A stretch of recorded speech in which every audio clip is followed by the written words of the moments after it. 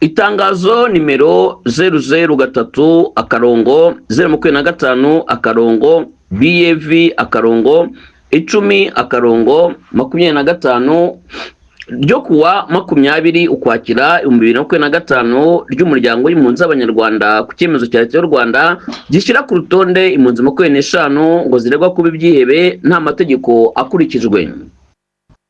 Umuryango w'impunzi z'abanyarwanda wamaganiye kure itegurwa n'ikirwa ku rutonde ry'impunzi 25 ngo ubutegetsi bwa Kagame burega kuba ibyihebe bibangamiye umutekano w'igihugu.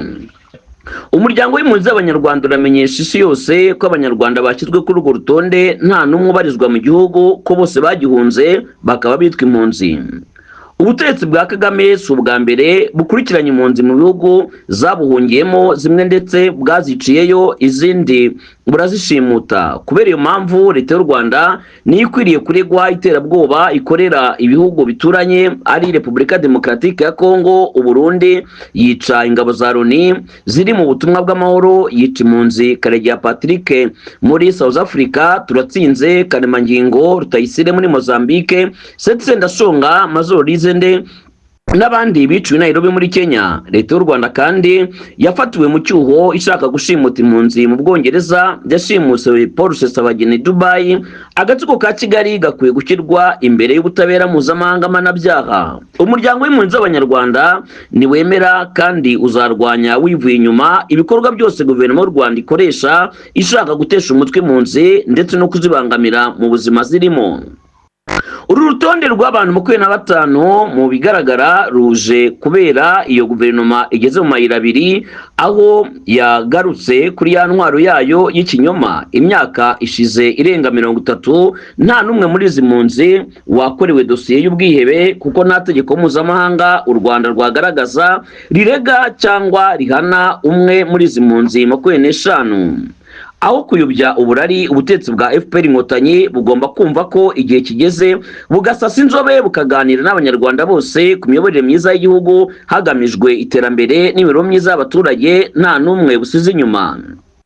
Niyo mpamvu abagize b'impunzi tugeza ku muryango mpuzamahanga, ku bihugu byakira impunzi z'abanyarwanda ku buryo bw'umwihariko ibihugu abanyarwanda 25 babarizwamo umwe ibi bikurikira. Icyambere, umuryango w'impunzi z'abanyarwanda urongera kwibutsa umuryango mpuzamahanga n'ibihugu byakira impunzi z'abanyarwanda ko urutonde nkuru ari intwaro Leta y'u Rwanda ikoresha kugira ngo ibangamire impunzi aho ziherereye hose, bityo umuryango w'impunzi z'abanyarwanda ukaba usaba ibihugu byose kwima amatwi ibi binyoma by'ubutegetsi bwa FPR Inkotanyi. Icya kabiri, umuryango w'impunzi z'abanyarwanda tuboneyeho kandi no gusaba umuryango mpuzamahanga guhatira FPR Inkotanyi gufungura imfungwa zose za politike ndetse n'imirimbanyi zose, no gufungura urubuga rwa politike kugira ngo impunzi ziri hirya no hino zibone gutaha. Icya gatatu, umuryango w'impunzi z'abanyarwanda urasaba kandi ko FPR Inkotanyi ivana ingabo zayo za RDF muri Kongo zigahagarika gukomeza kwica abaturage b'icyo gihugu. Icya kane, umuryango w'impunzi z'abanyarwanda urasaba kandi abari ku rutonde hamwe n'impunzi zose z'abanyarwanda kutarangazwa n'ibi bidafite ishingiro, ahubwo bagakomeza umurego mu kotsa igitutu FPR Inkotanyi kugeza yemeye ibyo tuyisaba. Ku butegetsi bw'u Rwanda by'umwihariko, umuryango w'impunzi z'abanyarwanda urabusaba guhagarika vuba na bwangu ayo marisite n'ibirego biyerekeje, ndetse bakemera nta mananiza kuganira n'abanyarwanda bose bashaka ivugururwa ry'ubuyobozi hagamije amahoro, ubwumvikane, demokarasi n'iterambere ku gihugu n'imizamukire y'imibereho myiza y'abanyarwanda bose nta vango iryo ari ryo ryose ribayeho. Tubaye tubashimiye.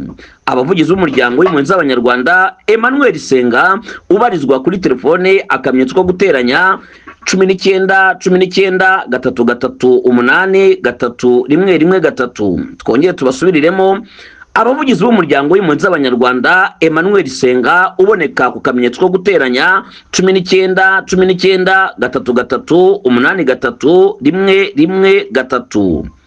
akaba kandi wamusanga no kuri email wandika sebusenga47@gmail.com. twongeye dusubiremo sebusenga47@gmail.com.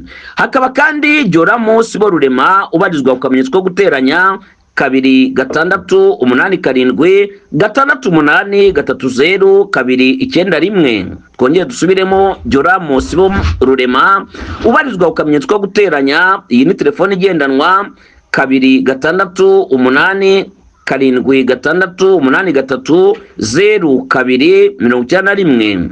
washobora kandi no kumwandikira kuri email address ukoresheje bihobejo@gmail.com. twongeye dusubiremo bihobejo@gmail.com.